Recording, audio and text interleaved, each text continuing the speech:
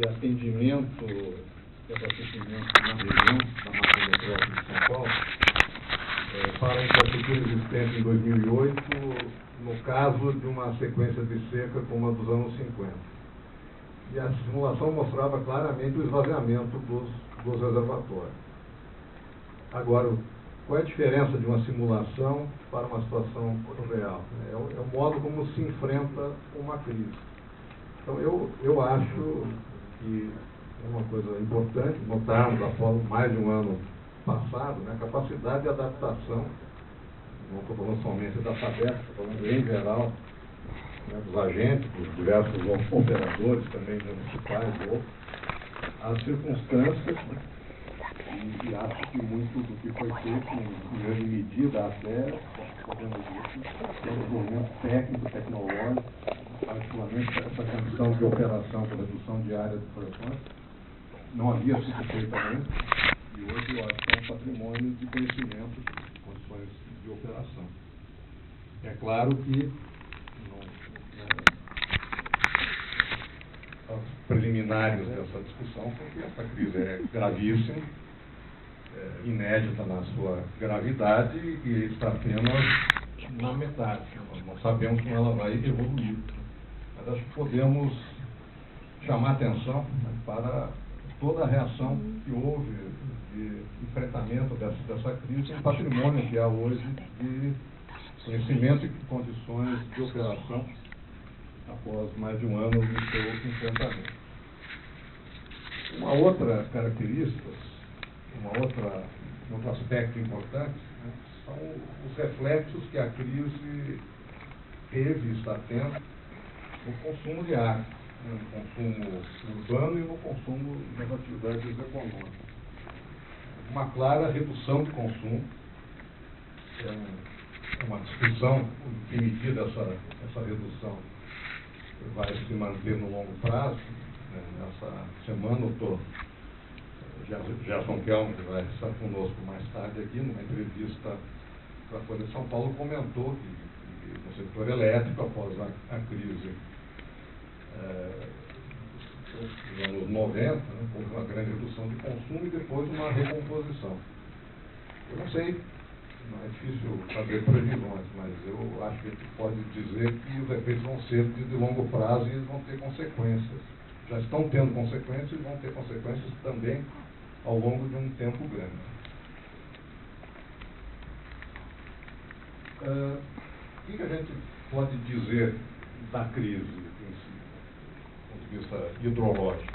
Ela, claramente, já foi dito e repisado, ela alcançou níveis inéditos, né, de destruição de precipitações, de vazões afluentes, em uma grande área do Sudeste, em que foi alterada a série histórica de precipitações e vazões, que é o que nós usamos como ferramenta básica de dimensionamento dos sistemas. Se é uma mudança climática ou não, até onde eu consegui entender dos meteorologistas e dos cientistas, não há consenso. Não se sabe, mas sabemos que há uma evidência de aumento de eventos extremos e uma coisa que é clara é que é um novo padrão de dimensionamento. O mínimo que pode ser dito é que a série histórica usada para dimensionamento dos sistemas mudou. Então, nós temos agora um novo padrão, um novo dimensionamento de todas as capacidades necessárias para atender toda essa região daqui para frente.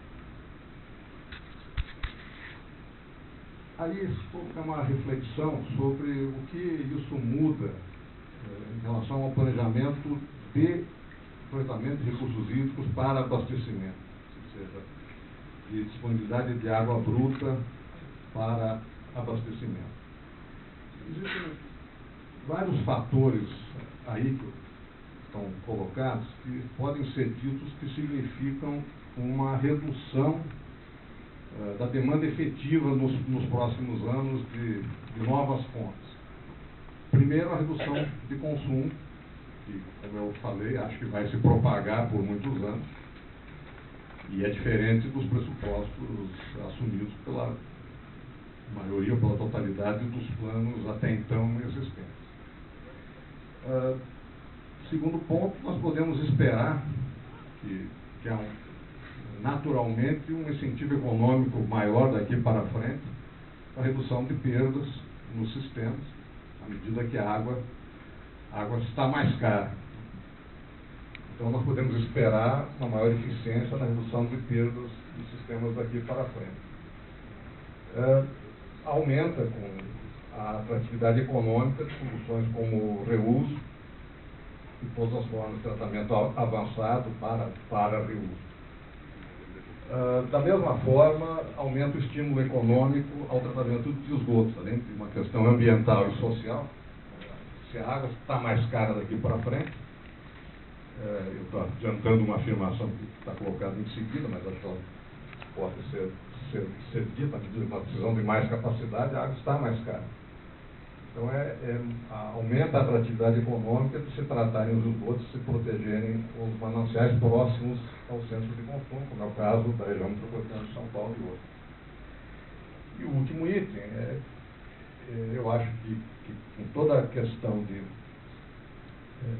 exacerbação da importância do abastecimento público, o que é de lei, eu acho que há mais condições de se efetivar daqui para frente, ou seja, se aproveitarem reservas de água que hoje são usadas apenas para geração de energia, parcelas delas para uso para abastecimento. Então, seriam fatores, isso é que você pretendendo dizer aí, que seriam redutores de necessidades futuras de novas fontes de água superficial para abastecimento.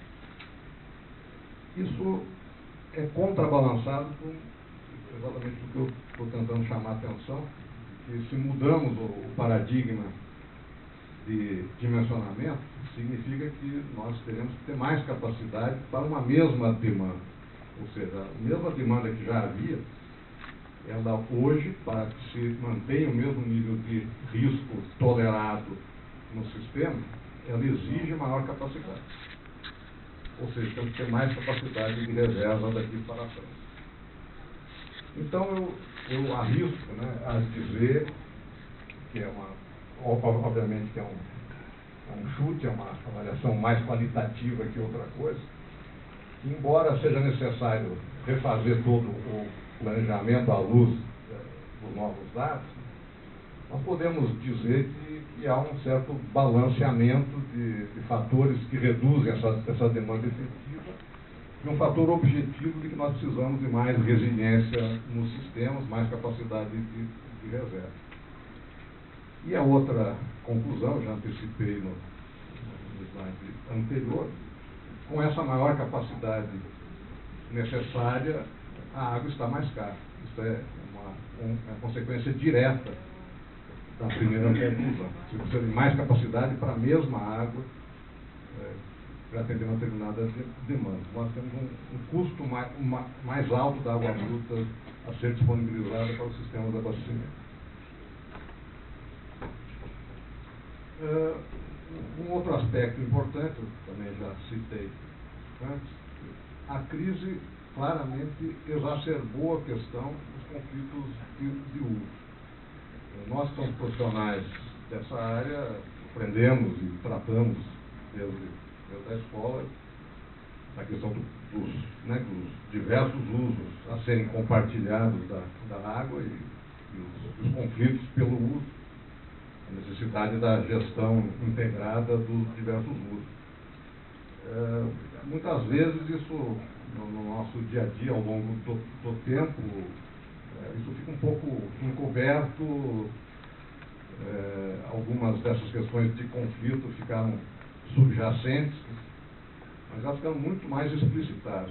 Todos esses segmentos que estão aí listados sofreram muito com a crise, sofreram e sofrem, e claramente o manejo, a forma de operação, a forma de gestão do uso, de um determinado uso, afetou muito outros usos. Então eu acho que isso precisa ser reconhecido, é um novo ambiente, é um ambiente que a gestão integrada e a admissão e gestão dos conflitos ela é muito mais presente daqui para frente. E como fica, então, entrando no assunto central da discussão de hoje, como fica o abastecimento nessa região, daqui para frente? É claramente a resposta são soluções combinadas. Eu acho que quando a gente olha os dados, olha os planos existentes, fica claro que essa região continua sendo, e vai ser, em todo o horizonte que a gente enxerga, ela é abastecida, será abastecida centralmente por fontes de água superficial. A questão é usar melhor essas fontes e o que se coloca na mesa daqui para frente é integração. A gestão vai passar a ser efetivamente integrada. O que se dizia integrado até hoje, e que na prática era mais um sistema formal de gestão de recursos que existe, muito moderno em nosso país, mas que nunca se efetivou realmente como gestão integrada de recursos. Daqui para frente, essa gestão vai ter que ser integrada. Nessa nossa região não há mais dúvida disso. Cada vez menos será possível usuários individuais obterem uma outorga e tomarem decisões isoladas. As decisões terão que ser compartilhadas e terão que considerar outros usos, outros interesses, regras de operação mais sofisticadas do que nós tínhamos até então. Isso vale para toda a região mais densa do estado de São Paulo, vale para todo o sudeste do país, quando se pensa a relação de São Paulo com Minas Gerais e com o Rio de Janeiro. Então, eu acho que assim, o centro do atendimento futuro das necessidades continuará sendo o uso das fontes superficiais num grau de integração maior do que nós tivemos até hoje. Agora, não só a necessidade ambiental e social, várias outras formas de gestão do uso dos recursos hídricos, mas como eu já chamei a atenção, uma realidade econômica da água está mais cara daqui para frente, enfatiza, né, e aumenta a competitividade das outras formas. Né? Então, o tratamento de esgotos e preservação de mananciais, como já se discute hoje mais fortemente na região de São Paulo, o uso da represa Billings, o uso das águas do Alto Tietê, que hoje, em grande medida, não são utilizáveis, mas podem vir a ser. A questão da redução de perdas, a questão da gestão de demanda e redução de consumo, são todas questões que se acentuaram, né, e fazem parte das soluções. Tá? Então, o reuso de água na nossa região se coloca hoje como uma alternativa, né, logisticamente muita vantagem, né, o que torna essa solução competitiva, como um complemento, né, eu acho que é como um complemento, não é como a solução, acho que é como um complemento. O uso de água subterrânea, com sua capacidade ainda existente, e a questão de melhorar o controle das outorgas, e todas as questões de operação e gestão, questão de plano de contingência, das ferramentas de monitoramento, de modelagem que vão ser necessárias daqui para frente. Tudo isso é o contexto do que tentamos chamar aí de soluções combinadas.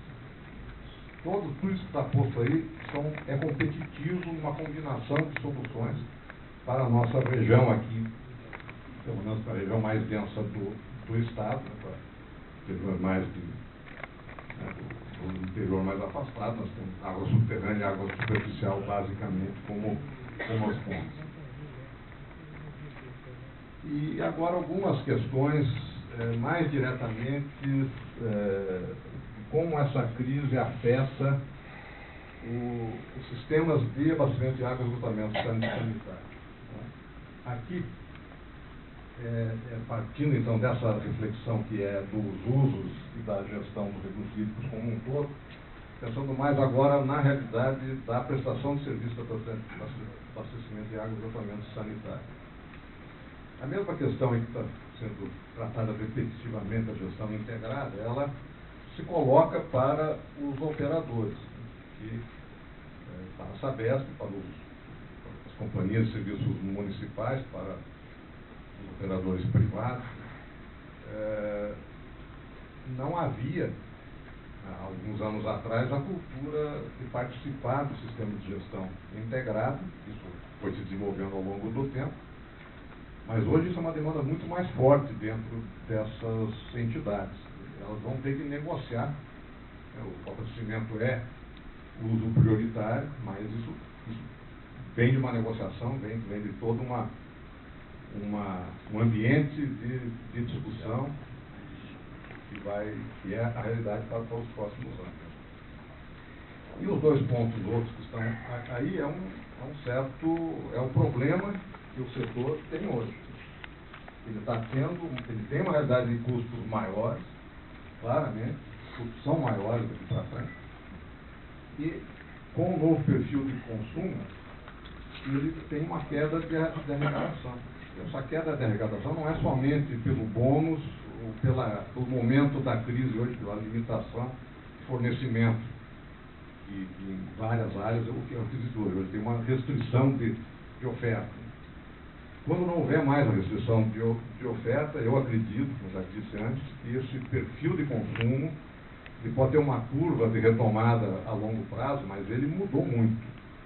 E aí chama a atenção da discussão da estrutura tarifária que esse setor tem. Uma estrutura fortemente progressiva, baseada em consumo, para uma realidade de consumo em que as unidades familiares foram diminuindo de número de pessoas ao longo do tempo, isso já vinha assim, e agora o consumo individual mais reduzido, então significa um número muito maior de unidades familiares consumindo água em faixas de tarifa que são, algumas delas, fortemente subsidiadas e pessoas que não precisam de subsídio, e acentuando um desequilíbrio no sistema de arrecadação.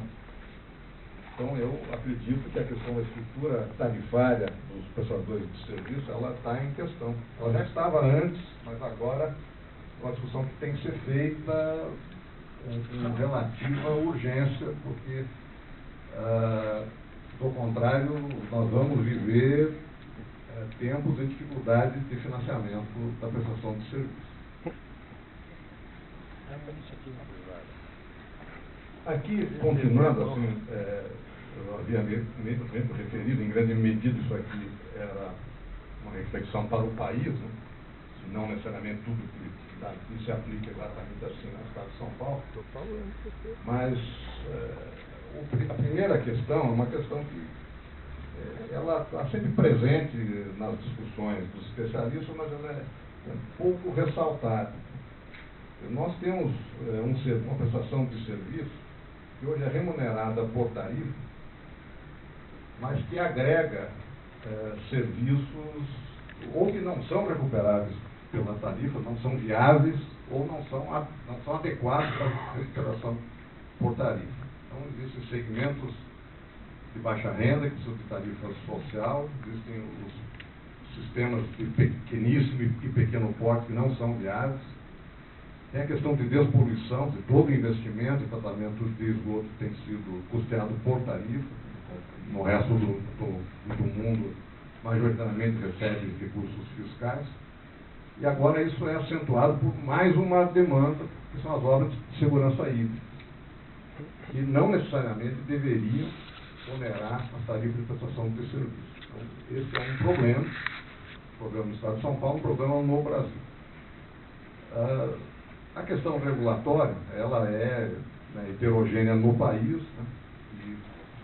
E aqui foi, como eu falei, foi mais pensado em termos nacionais, mas vale a pena comentar. A instalação do sistema regulatório no país foi um grande avanço, um dos maiores avanços que o setor teve nessas últimas décadas. Mas é um processo que está com problemas. Ele é heterogêneo, ele tem problemas de escala, né, tem regulação em todo tipo de escala hoje no país, municipal, regional, estadual, e não tem padrões de funcionamento ainda definidos. Não é um processo totalmente amadurecido. Então, isso é um problema do ambiente da prestação desse serviço. E o problema permanente da questão municipal. É um serviço de atribuição municipal, com exceção das áreas metropolitanas, das conurbações, que é compartilhado com os estados. Mas há uma grande diferença na situação dos municípios. Então, mesmo municípios que hoje têm um bom serviço, por favor, no estado de São Paulo, em grande parte, serviços de municípios de pequeno porte, eles têm a prestação de serviço dentro da companhia estadual, nós sabemos que esse é um problema. São vários municípios que não são viáveis, uma situação que não está resolvida, se vai permanecer financiado pelo subsídio cruzado dos sistemas viáveis ou não. E enquanto as áreas metropolitanas têm uma situação institucional também ainda duvidosa, apesar dos avanços, pelo menos as definições da resolução do Supremo que definiu que é compartilhada essa titularidade, e do Estatuto das Cidades, que melhora a compreensão disso, mas não existe ainda, na prática, o instrumento de aplicação disso claramente. Então, tudo isso são travas com que o setor de abastecimento de água e esgotamento sanitário convive há muito tempo, são questões não resolvidas e que, digamos, carregam em toda a discussão de como serão as coisas daqui para frente. E se reflete na questão de capacidade de investimento, não é, eu acho, a realidade do Estado de São Paulo em função da eficiência dos resultados que a Sabesp tem, mas temos de país E a questão tributária que afeta todo esse setor, que é fortemente tributado, especialmente pelo PIS e COFINS, com recursos que acabam sendo drenados para outros setores.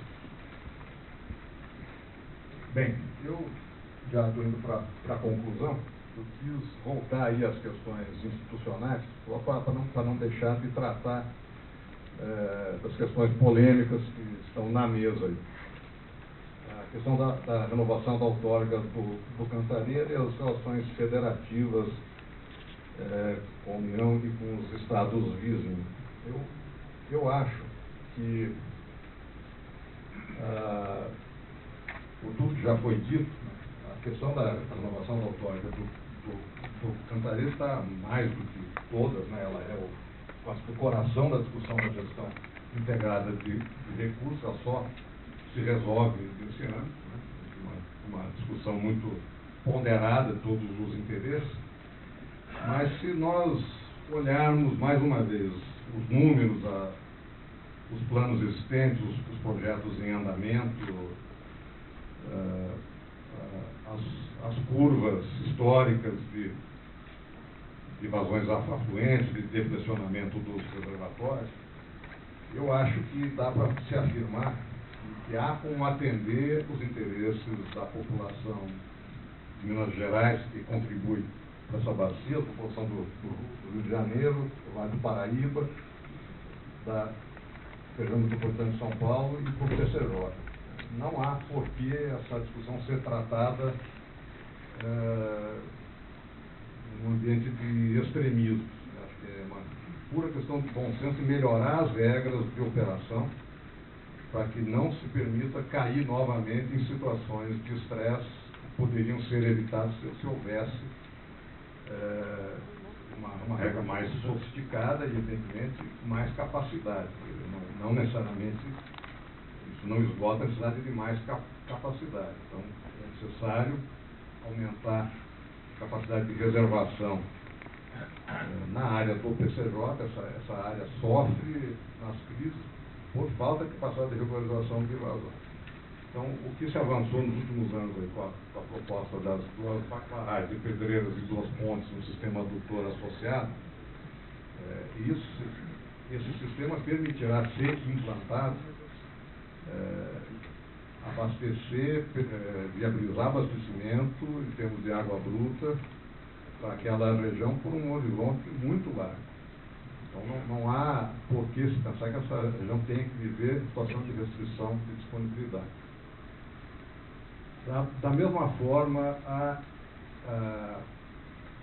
o sistema foi está sendo licitado pela Sabesp com a interligação do reservatório, a interligação do Jaguari com a Atibainha, ou seja, a possibilidade de alguma interligação e transposição de água do Vale do Paraíba para o sistema Cantareira. E essa intervenção, quando efetivada, ela significará um acréscimo de segurança muito grande para esse sistema. Muda muito as condições.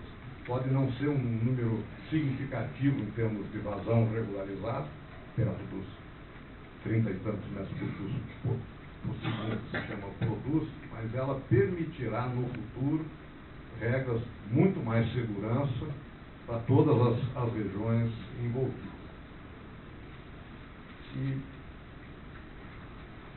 eu já disse, mas completando, a mesma coisa se dá nessa discussão que às vezes, para quem conhece um pouco, a gente vê que ela não se dá em termos razoáveis, conflitos entre os estados, particularmente a questão do Vale do Paraíba. Existe muita vazão regularizada nessa bacia, existe condição de aumentar a regularização de vazão, se for o caso. Aparentemente não é o caso, mas se for o caso, no futuro pode-se aumentar. E, da mesma forma que para São Paulo, vale para essa região mais ampla a importância de se aumentar o tratamento de esgoto no Rio de Janeiro, de se reduzirem perdas em todos os sistemas. Nós temos muito ainda a obter eficiência em toda essa macro-região envolvida. Então, com isso eu encerro. Como eu disse, a ideia foi aqui colocar questões, muitas são provocações para a discussão, mas são questões que nós discutimos muito na ABS ao longo desses meses. Né? Nós pretendemos refletir essa discussão numa série de painéis que o Congresso da ABS próximo, que vai acontecer em outubro, no Rio de Janeiro, do dia 5 ao dia 8, fazer o convite a todos aqui. Nesse congresso haverá uma sequência de painéis que vai procurar discutir um pouco essa sequência de questões que foram postas aqui. Então seria isso, espero ter contribuído aí. Agradeço a atenção.